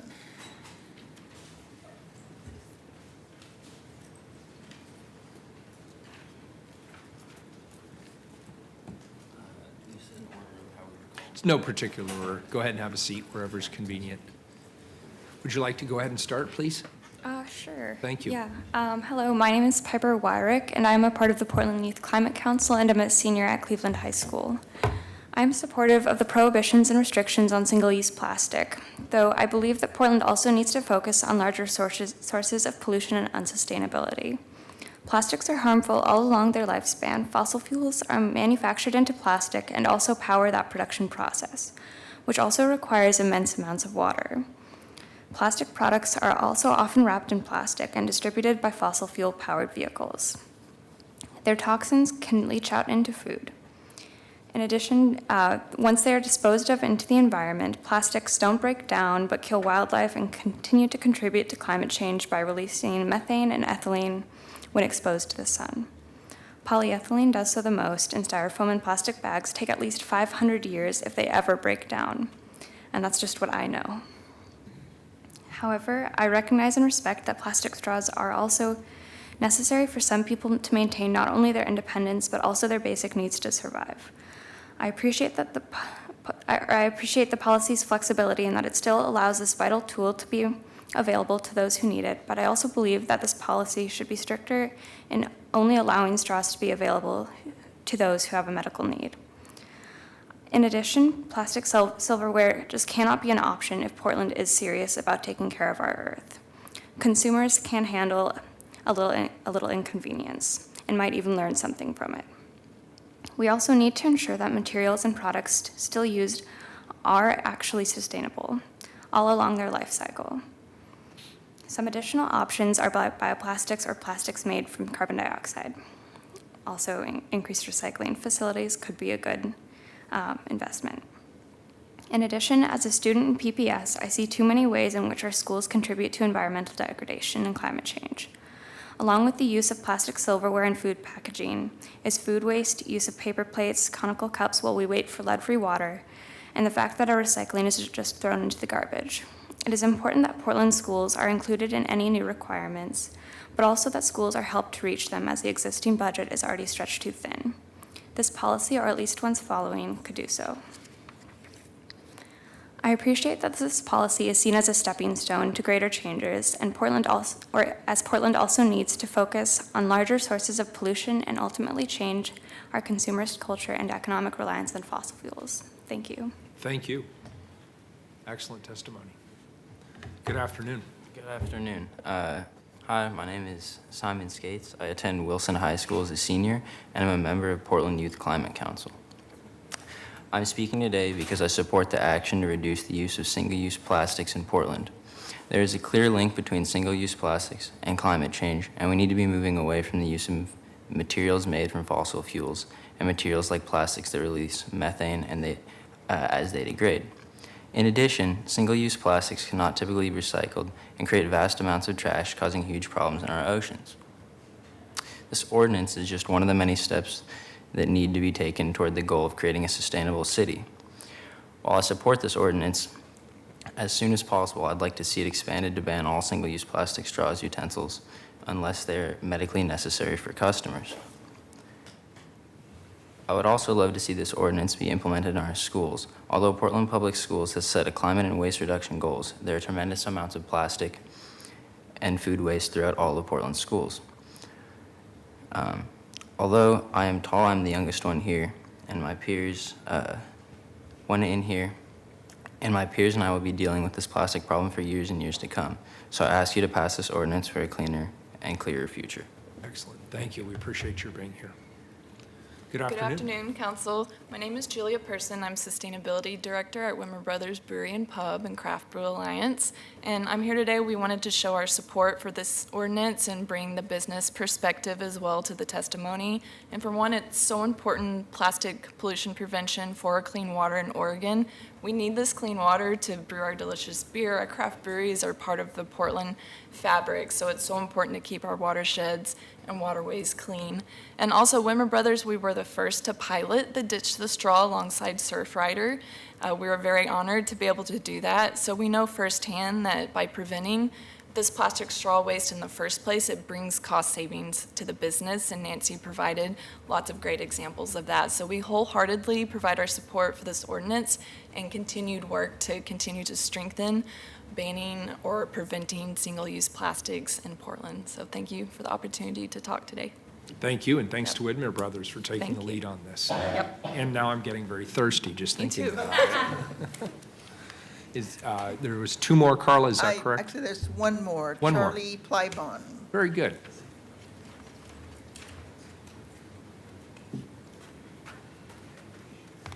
Good afternoon. Good afternoon. Thank you, Mailer Wheeler and members of the council. For the record, my name is Charlie Plybon. I'm the Oregon Policy Manager for Surfrider Foundation. Mayor Wheeler, I appreciate your initiative here within the city of Portland and that of the commissioners to work on single-use plastics. I first brought this issue when you were state treasurer. I presented to the State Land Board on the Marine Debris Action Plan, which is a NOAA-approved plan for the state of Oregon to take action on marine debris. And one of the things that action plan recommended was for us to be taking actions in inland areas, particularly in high population centers that are near water bodies which flow out into our ocean. And here we are in Portland today in front of some fantastic leaders pushing plastic policy. I'll mention that this was not straightforward policy. Nothing is as simple as it seems. Plastic bag bans are complicated. Portland's a little behind the curve now if you look at the most recent type of plastic bag ban. Things evolve, they change. We expect these sorts of plastic pollution and innovation to also change and evolve over time, and we look forward to continuing to work with you on a process to continue reducing plastics. It sounded like there is not an opportunity for amendments at this time on this ordinance. I would make the recommendation on a friendly amendment to 17.103.310B. It basically prescribes that all retail food and beverage establishments and institutional cafeterias where customers may order takeout and delivery shall provide plastic utensils. Plastic utensils is not defined in the definitions, and so there's a lack of clarity in exactly what we're talking about. My recommendation is that you change that to plastic serviceware, which is defined in the definitions. Could you tell me the number of that again, please? Yes. 17, is it 17? 17.103.310. 310? This is the restrictions on single-use plastic serviceware. So changing it from utensils to serviceware. Yes, right now utensils is not defined, so it's unclear, and that may be unclear for businesses as well as those advocating for the policy. Good catch. We'll ask staff about that. Yeah. Good, thank you. And then in written testimony, we did provide some other recommendations. We feel comfortable that we can address those in time, and we appreciate the mayor and the city commissioners putting a date out there in the future for us to come back to this and continue to evolve this to be the best plastic policy in the country that it can be. Thank you so much. Thank you. It's great seeing you again. Could we just have staff come back up for just one moment to address that issue? On its face, that seems to be a sensible change. I would even consider that a Scribner's error because it needs to be consistent unless you tell me otherwise. Mayor, Council, if I could, I'm looking at the definition of plastic serviceware. It includes single-use plastic straws, stirs, utensils, and condiment packaging. So I think if you wanted to have all four of those items, but in the I see. So was it I think it's intentionally incorporated with- limiting in the ordinance? Was it intended to limit it? It was intended to limit it to utensils and condiment packaging. We had a conversation about when you're in a fast food situation and you order a soda, are you going to have that request every single time? And it seemed like kind of a no-brainer. If you order a soda, you're going to have to drink it some way. And so we put it in as utensils and condiment packaging because we felt like that was the most relevant conversation to have in that fast food interaction. So that's one of the reasonings why we put in utensils and not all serviceware. So. Good.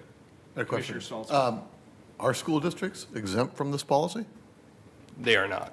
They're included within the institutions, which include cafeterias. So that would be medical institutions, educational, and government.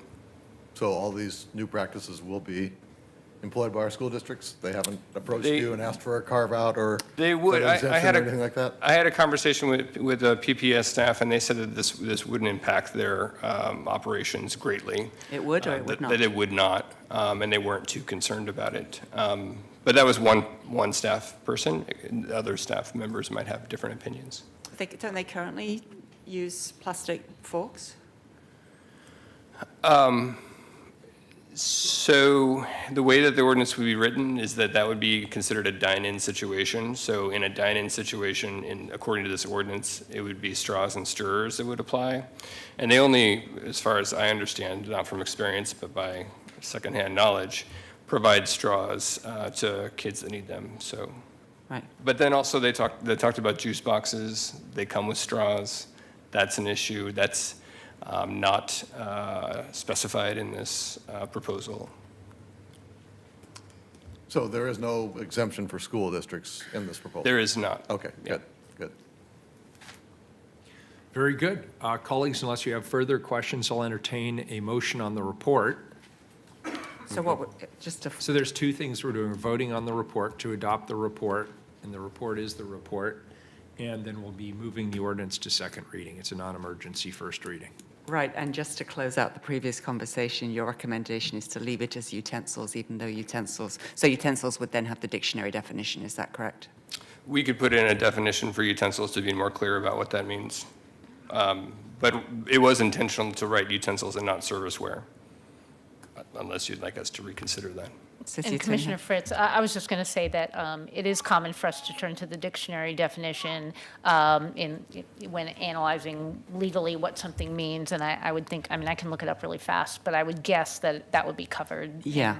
So I don't think we need to change it. I don't because it think was you'll need to intentional to define not have the other pieces in that second part. It's a two-part. This is for straws and stirrers. This is for utensils and condiments. Yeah, and the intention was to try to figure out what material was the most relevant for certain situations. Yeah. But thank you for raising the question. Move the report?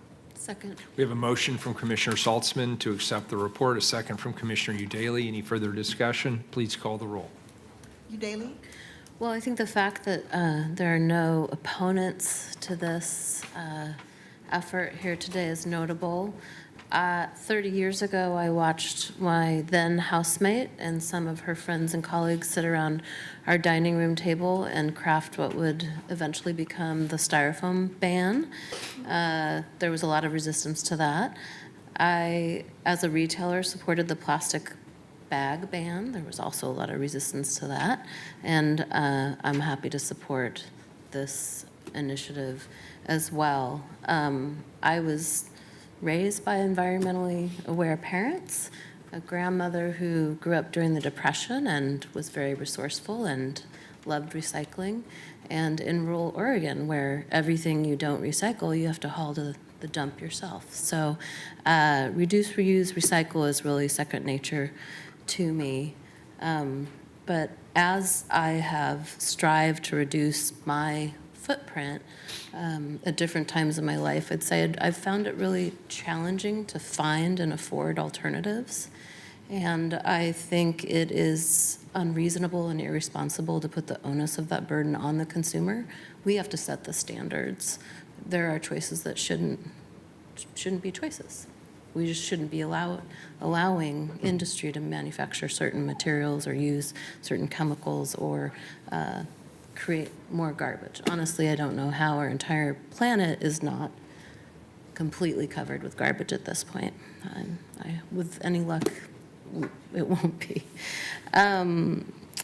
I also want to thank the mayor's office for giving serious consideration to the disability community, to the kind of unique needs and challenges easily overlooked and misunderstood. It's vital that as we make improvements, we are not making life harder for certain populations. So I really appreciate that. And I was going to make a really bad graduate joke. I think the mayor did that last time. Something like, the future might be plastic, but there's no future in plastics. Yeah, everyone feel free to groan. It's been a long day. I'm happy to vote aye. Thank you, Pete Chisholm-Wilmfield and Bruce Walker in the Bureau of Planning and Sustainability. Thanks to Amy Rathfelder in the Mayor's office and Cynthia Castro in my office for your analysis on this. I greatly appreciate your thoughtful input that you've gathered throughout the work group and the community outreach, for including Americans with Disabilities advocates and listening to them. Thanks, as always, to Nicole Sharon for her leadership in that regard on behalf of the Bureau of the Office of Equity and Human Rights. Plastics is a serious problem. One of our testifiers mentioned about the Great Pacific Garbage Patch, which some people may not be aware of. This is a accumulation of millions of tons of plastic, 3 times the size of France, which, put another way, is twice the size of Texas, which to me, I was like, interesting.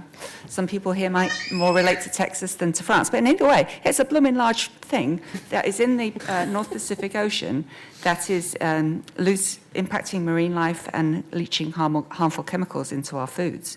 So in addition to the don't take the plastic, please put it in the right place after you're done with it. Put it in the garbage for the most part. Plastic bags do not go in the recycling. Straws don't, it was mentioned about the amount of garbage on our city streets. Just put it in the garbage. It's not that hard. The little plastic toothpicks. A, it's astonishing to me that people are picking their teeth in public. But B, then to toss your little thing on the floor. Could we just return to this is a planet that we don't, as far as we know, have another one that we can go to once this one's full of muck. So let's all look after it. I did appreciate the suggestion that we should do something regarding city events in terms, I don't think we have all that many straws at city events, but we do have stirrers that should not be plastic. I'm considering bringing something that would say we can't use bottled water at city events because I want everybody to drink our wonderful Bull Run water, and we should have the large containers with paper cups. And so I'll be talking to each of my colleagues about that.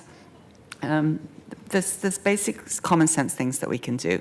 And so those are some of the reasons that people might say, why are you focusing on straws? Well, it shouldn't just be straws. It should be the lids. It should be a lot of other bigger pieces of plastic that we should be working to address. So I appreciate your commitment, Mayor, to bring this back. And thank you, Bruce Walker, to bring it back a year after implementation to give us the next steps, because I don't want to take the foot off the metal. Pedal to the metal or whatever. It has been quite a long day. Thank you to the Bougainville, who also sent in testimony as far as their support for this. We know that the so-called compostable plastics aren't. I was a little bit concerned to hear that these lovely wooden implements are because of a European Union regulation, and wondering if Theresa May gets Britain out of Brexit, we'll have to go back to plastic. But I'll work on that another time. And I just greatly appreciate the amount of effort that's been put into this. We need to do more. Aye. Saltzman. Well, I want to thank Mayor Wheeler for his passion on this issue. I also want to recognize Bruce Walker and Pete and you. Amy. Amy, sorry. It's okay. Well, I was going to sort of call out the older guard of the Bureau of Planning and Sustainability because It's okay. they have, I think they've done a good job on all the thorny recycling issues of always getting all the cast of characters to sit down at the table at the outset. So here we have, in this case, you have the disability community, you have the Restaurant and Lodging Association, you have the advocates, and you brought them all around the table, and I think you've come up with a good common sense first step policy. And I think that's been the hallmark of BPS on some of the more thornier recycling issues that we've dealt with over the years. So I just want to acknowledge that. And I do think that this is a good step in the right direction. It's, for all the reasons that were just cited by Commissioner Fritz, it's something that we just can't ignore. And I still, I do my best to recycle every plastic bag I can at Fred Meyer's. If it can't be recycled curbside, and I still, at some point, I want to have a conversation with you. Why are we still not able to recycle plastic bags in a curbside approach? I'll have that conversation with you, Bruce, before I leave. And I do think we should double check with the school district. You said you talked to one staff person. The school district has a habit of, Portland Public Schools in particular, of kind of sticking their head in the sand on issues until it's too late, and then board members call us and say, what is this all about? So I think you need to loop back in with at least Portland Public Schools, get a commitment from somebody like the superintendent or the board chair that they have been briefed on this issue and they are on board with it. Thank you. That's a great suggestion. I did talk with staff that were involved in the purchasing and managing the purchasing of PPS. Right, So right. I think So it's a good suggestion. to keep- PPS is, as you know, is Yeah. a big organization. Yes. Not always speaking on the same page. So I would really urge you to go higher up on that. Okay. But I do hope they are bought into this, because it's a good thing. We need to start modeling good behavior at that level. And it'd be ridiculous if we set an example of, you can have all the straws and plastic silverware you want at the schools, and then expect them when they graduate and turn 18 to be, responsible citizens in sort of the Portland ethic. So it's a great idea. Let's just make sure it sticks. So I'm pleased to support this. Aye. Wheeler. Well, thank you, Bruce and Pete and Amy from my team. Amy in particular, thank you, since you're the one I spend most of the time with, for pushing us very, very hard and making sure that we covered all our bases on this. I want to thank everybody who testified today, the Oregon Restaurant and Lodging Association, the Surfrider Foundation, Multnomah County, great partners to have. As always, the Office of Equity and Human Rights, and Nicole, thank you for being at the table and making sure that we address the needs of our disability community in an affirmative and intentional way. The issue of plastics is obviously not a small one. As the planet warms, we're having to deal with the increasingly devastating impacts of global warming, and it's imperative that we consider our consumption habits and the ways that we can work to make them more sustainable in the years ahead. Plastics and plastic straws in particular, as we heard today, they're one of the top items. In fact, they're one of the top 10 items that are found littering our coastline. In the city of Portland, they're found along our waterfront, they're found on our streets, and they are found in our parks. And as you heard from testimony today, they can have an adverse impact on wildlife and habitats. Straws are particularly hard on marine environments. And because they don't break down or decompose, they pose a very serious threat to animals and wildlife and these habitats as they enter the food streams in the habitation areas. The reduction of single-use plastics will result in the city achieving several of its goals simultaneously around the improvement and protection of land and water quality. And I just want to put down a marker. Obviously, I am very happy to bring this ordinance to the council. I think it is timely. I'm appreciative that we were thoughtful in terms of bringing the community and our stakeholders with us in a way that we have a consensus. But I want to be clear, our work is not done. There is much work to be done. And it's a two-pronged approach. On one hand, we're going to have to change consumer behavior. And I don't want this to sound like a heavy-handed statement. It's not intended this way, but I want people to really ask themselves as they get a single-use plastic item or any packaging for that matter, do they really need it? Do they really need it? And I also, on the supply side, I want our commercial enterprises and I want our manufacturers and I even want our recycling partners to think about what are the products that they need to manufacture and what do consumers really need? And I have to tell you, as our economy grows, as our population grows, as we start to see companies like Amazon become larger and larger in scale globally, this is going to expand way beyond plastic straws or lids or cups or utensils or anything else. It's really going to have to be about packaging of consumer products. We're a long way from there, but we need to start changing the culture today, or we will never achieve the climate action goals that were adopted by this council in Multnomah County. So I would like us to continue to be aggressive. This is our first line in the sand. I expect we will do very well on this, but I want us to continue to push this ordinance and evolve this ordinance as quickly and as thoughtfully as we possibly can in the months and the years ahead. That's my commitment. And I believe we can all live up to that commitment. I vote aye, the report is adopted. The ordinance is a non-emergency first reading of an ordinance. It moves to second reading. Thank you all. Mayor and council, before you move to second reading on that ordinance, I did look up the Thank you. definition of utensils. It is broader than what I was thinking. I was thinking fork, knives, and spoons, if that's what you were thinking. The actual dictionary definition is broader than that. So if you want it limited to forks, knives, and spoons, you could maybe just amend it in an interlineation after utensils, put parenthetical of forks, knives, and spoons. What's the dictionary definition? It is, well, there's a couple different ones, but like, for example, common is an implement, instrument, or vessel used in a household and especially a kitchen. That's Merriam-Webster. Cambridge University Press has a tool with a particular use, especially in a kitchen or house. So it's kind of along that. It is much broader than what I was thinking of anyways. Okay, so maybe you could work with the Bureau to figure out whether we need to amend it at second reading next week. If you want it to be more narrow, yeah. Thank Okay, you. thank you. You're happy to do it. Great, appreciate it. Learn something new every day. Thank you. Thank you. Thank you, Amy. Thank you very Thanks, much. gentlemen. All right, our next item, 1182, please, Carla. Proclaim November 16th to be hashtag Rock Your Mocks Day.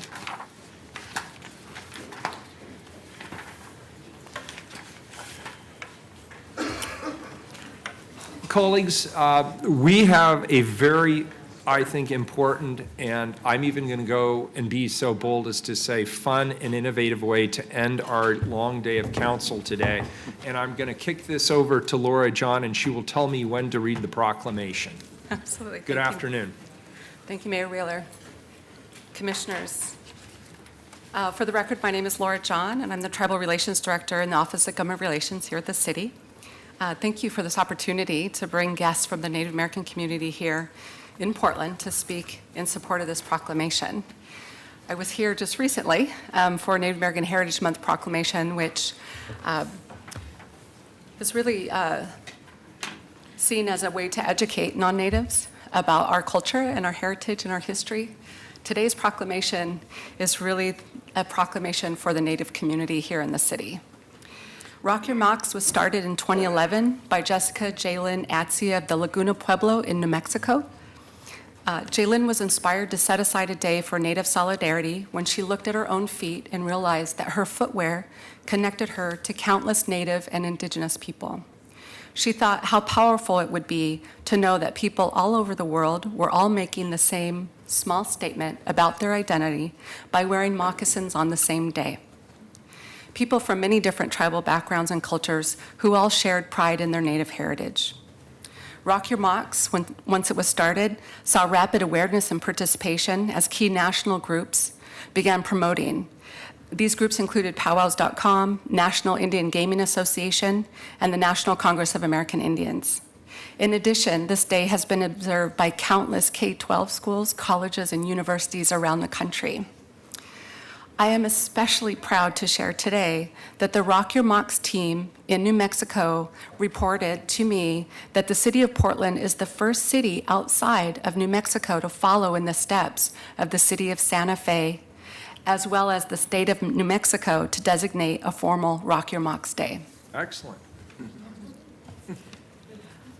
I have a statement from the founder Jalen Atsey to the Portland City Council that I'll now read.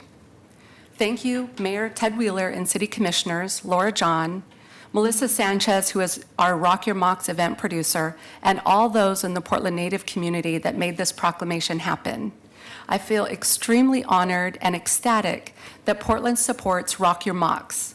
I'm also very happy knowledge is being shared about Native American heritage. Unity is power. Thank you, City of Portland. I'd like to next introduce our speakers. I have Isha Purtle Wright, who is here to speak on behalf of the Youth Voice. Excellent. Thank you. Shudaginia and that ye, Dala Acha wa Amnashi Isha Shashani Purtle Wright, Sinda Portland, Sinda Slache Deni. Tututni Dali, Tututni Dali, Chekto, Tututni Dali, Warm Springs, Tututni Dali, Klamath. Hello, my friends and my beautiful relatives in the back. My name is Isha Shashani Purtle Wright, and I'm an enrolled member of the Confederate Tribes of Warm Springs here in Oregon, a descendant of the Siletz tribes and an adopted member of the Klamath and Modoc and Yehuskin people. I can't explain how honored I am to come speak for you all and National Rock Your Mocks Day. I'm very thankful for Jillian Joseph and the City of Portland to come welcome me here to come speak for my culture and myself. The entire month of November is National Native American Heritage Month, the whole month that represents the 100,000 Native people who died defending our lands since 1492. Sorry, long day at school. Thousands of children and teens who died in the Christian boarding schools where they tried to kill the savage Indians and make us civil. It represents the 302 women, men, and children who died after dancing in the ghost dance, praying for our land back. It represents the 50 Modoc warriors led by Captain Jack, or Kentapusha, the Modoc tribes, to fight back for our lands over in southern Oregon and northern California. It also represents the 5,712 indigenous women who are missing and or have been found murdered in the United States and both in Canada. It represents the generational trauma that we as Native people have suffered from. I was prepared to speak out for the people who have been silenced and for the people who are scared to speak out. The people who have been raised to stay quiet and not to speak up. The people who have been pushed down and treated terribly by the government while I sit there and allow white people to put lies in history books and in cartoons. My culture is not a costume. My ancestors and my family are not extinct. We are here and we are strong. I made a promise to an elder as a Native youth of this generation to speak out so that next generations can learn and so that we can teach their children. And that our ancestors will sit here and watch us make a difference in this world and this country. I will speak out until I join my ancestors in my beautiful moccasins and I join them and dance in the sky. But until then, my voice will be heard by everyone. Thank you. Thank you. Beautiful, thank you.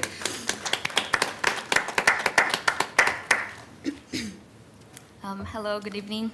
My name is Shailene Neltona Joseph, and I am a descendant and member of the Aani people in Fort Belknap, Montana, and as well as the Koyukon Athabaskan in Tanana, Alaska. I'm also a very recent graduate of the University of California, Los Angeles, UCLA, with my master's in American Indian Studies. And I also work for a nonprofit here in Oregon, the Native Wellness Institute, and underneath that we've started a project, the Indigenous 20-somethings Project. And a lot of it is about healing a generation and changing the narrative. So I'll read what I wrote today. I've been very fortunate to grow up in a family that has always taught me to value where I come from, the people, the land, and the teachings that have been passed down from generation to generation. They have shown me these teachings to myself and my siblings through action. In front of me, right here, are accumulated years of work and love that have been put into each one of these moccasins, from family members gifted to a child, myself, as they come into this world. I've been rocking my mocks since I was a baby, and ever since before I could walk. My family is an example of decolonizing and indigenizing our worldview, being raised with tribal values that help guide me through my life's journey. The land is where we come from. We've been connected to these lands through generations of stories and intergenerational responsibilities. The land sustains us, and some believe that our moccasins keep us grounded and connected to these lands. The Rock Your Mocks, Native American Heritage Month, and Missing and Murdered Indigenous Women and Girls proclamations are also important because it shows our support and your support and understanding. And more importantly, it allows our community to come together and show our pride, to become visible in a city where we often feel invisible, and collectively heal from the devastating impacts of settler colonialism. Rock Your Mocks is a movement.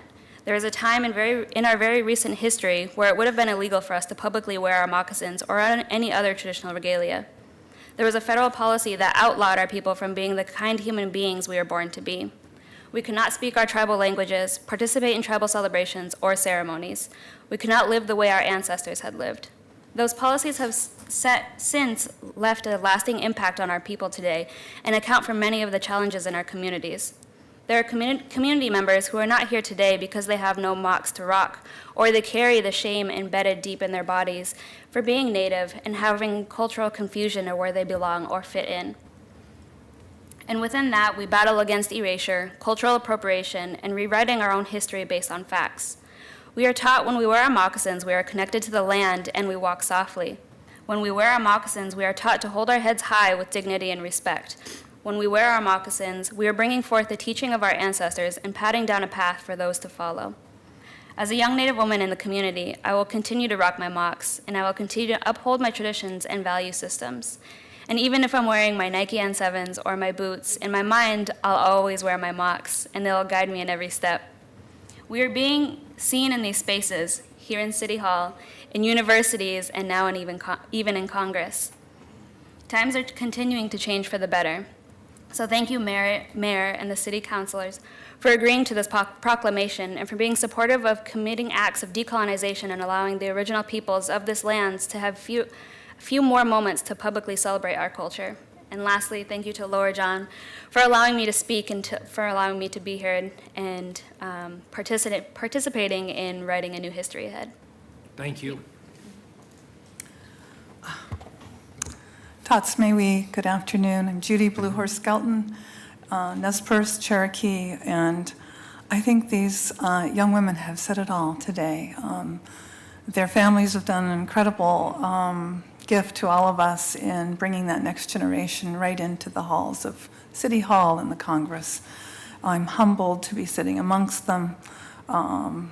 At Portland State University, Rock Your Mocks, the students have hosted that last year as part of our Native Wellness Week, making that connection to decolonization, Native youth suicide prevention, healthy lifestyles, empowering the community and themselves, overcoming historical trauma, recognizing that part of our identity is forever linked to our ancestors and into the 21st century and beyond in how we present, how we carry ourselves and bring these things forward.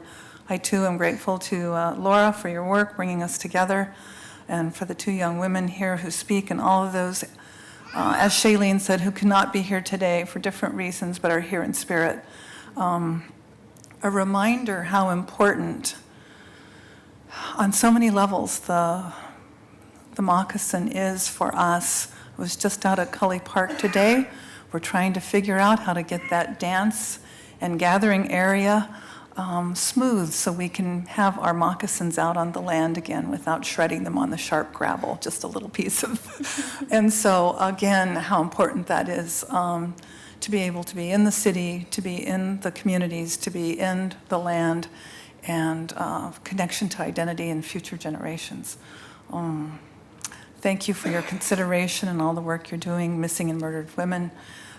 Just tonight, we're going to be having an Indigenous Women's Leadership panel at PSU, and I'm happy to say Shailene will be joining us tonight to share more of this as well as others. So thank you for your work on this. Katsiyaaya. Thank you. Last, I wanted to bring in a song. As Native people, we bring in song for everything that we do. This isn't a prayer song. It's a social song, so we don't need to stand. But I felt that it was appropriate to bring in song, as oftentimes as Native people, when we do have our mocks on, it's when we're dancing. And so I would like to introduce Carlos McNair, who is a fairly new employee in Portland Parks and Recreation. All right, thanks, Carlos.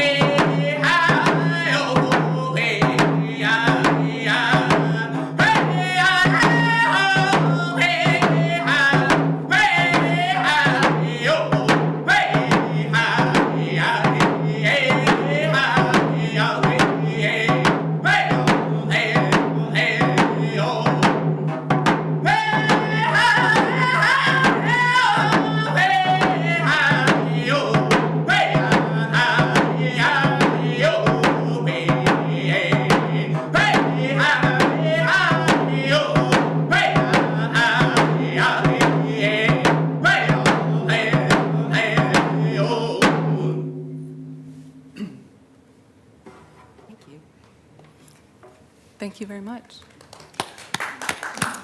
Thank you. It's now my honor to read the proclamation. Carlos, I hope you saw the young Timbers fan behind you there. He was very much enjoying your performance. So thank you very much. I think that was probably the best television we've had in this chamber in a long time. It was really a beautiful shot, and I hope you'll go back and watch that on cable television. And thank you all for sharing your testimony. Again, thank you. I know you put a lot of heart and soul into your testimony. You put a lot of hard work into it. And somebody said something in the chamber in a different context a week or two ago, which came to mind. They said, we shouldn't have to constantly explain ourselves. And as I was thinking about really the effort that you were making to be here, in a manner of speaking, you are explaining yourselves. And I want to acknowledge the work and the effort and even the sacrifice, the personal sacrifice that goes into it. I think it's been very valuable. And the proclamations that we've had here in our chamber since Laura got here have been very meaningful for the community. And I hope you feel that same sense of purpose and accomplishment that I feel as we read this proclamation. I feel like every time we do this, every time we do an event together, every time we share a new idea, or we share more of the stories, more of the history, I feel like as a community we're actually coming closer together. So I just want to acknowledge the sacrifice and thank you for it. Whereas #RockYourMocks is a worldwide Native American and Indigenous peoples movement and is a day held annually and concurrently with November's National Native American Heritage Month in the United States. And whereas the #RockYourMocks movement was founded by Jessica Atze of the Pueblo of Laguna, New Mexico in 2011 as a day for Native American solidarity. And whereas this day serves as a day of honor and acknowledgement of Native American people and their significant contributions to the world. And whereas this day is a reminder that Native American people are not provided space to wear their traditional dress and footwear in daily life. And whereas #RockYourMocks provides an opportunity for Native people to celebrate and share pride in their culture through the expression of footwear. And whereas a person may celebrate #RockYourMocks Day by wearing moccasins or by wearing a turquoise awareness ribbon, and whereas the Portland City Council, in an act of solidarity, encourages all Portlanders to celebrate this day in a manner that is culturally appropriate and respectful. And now, therefore, I, Ted Wheeler, the mayor of the city of Portland, Oregon, the City of Roses, do hereby proclaim November 16th, 2018 to be Rock Your Mocs Day in Portland, and encourage all residents to observe this day. Thank you.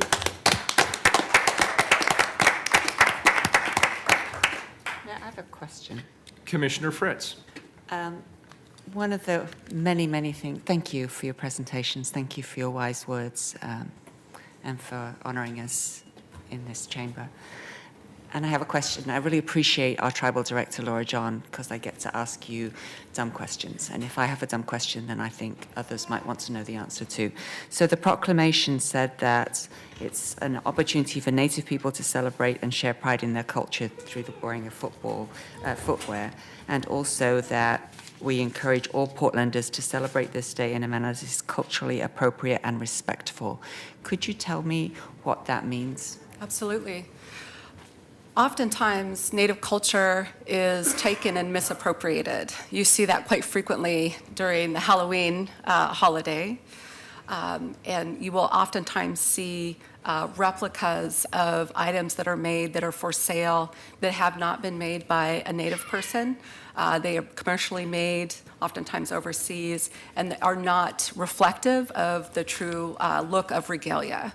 So culturally appropriate, meaning that these items are made by a Native person or someone who has been gifted that right to make moccasins. You may have been gifted moccasins by a Native person to a non-Native person. That would be appropriate. There are, again, there's replicas out there that wouldn't be appropriate for this day.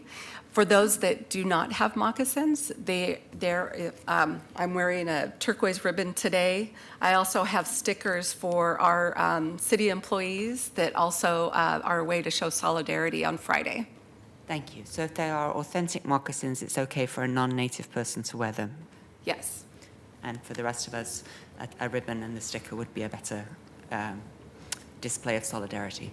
That's correct. Thank you so much. Thank you. Very good. Laura, I don't know if you wanted to do a photo or not. I think we should. All right, good. Why don't we just come down here? We'll pull up those ropes and we'll take a photo. And why don't I do this, since this is our last item, Carla, I'll go ahead and adjourn us and we can just take our photo. We are adjourned.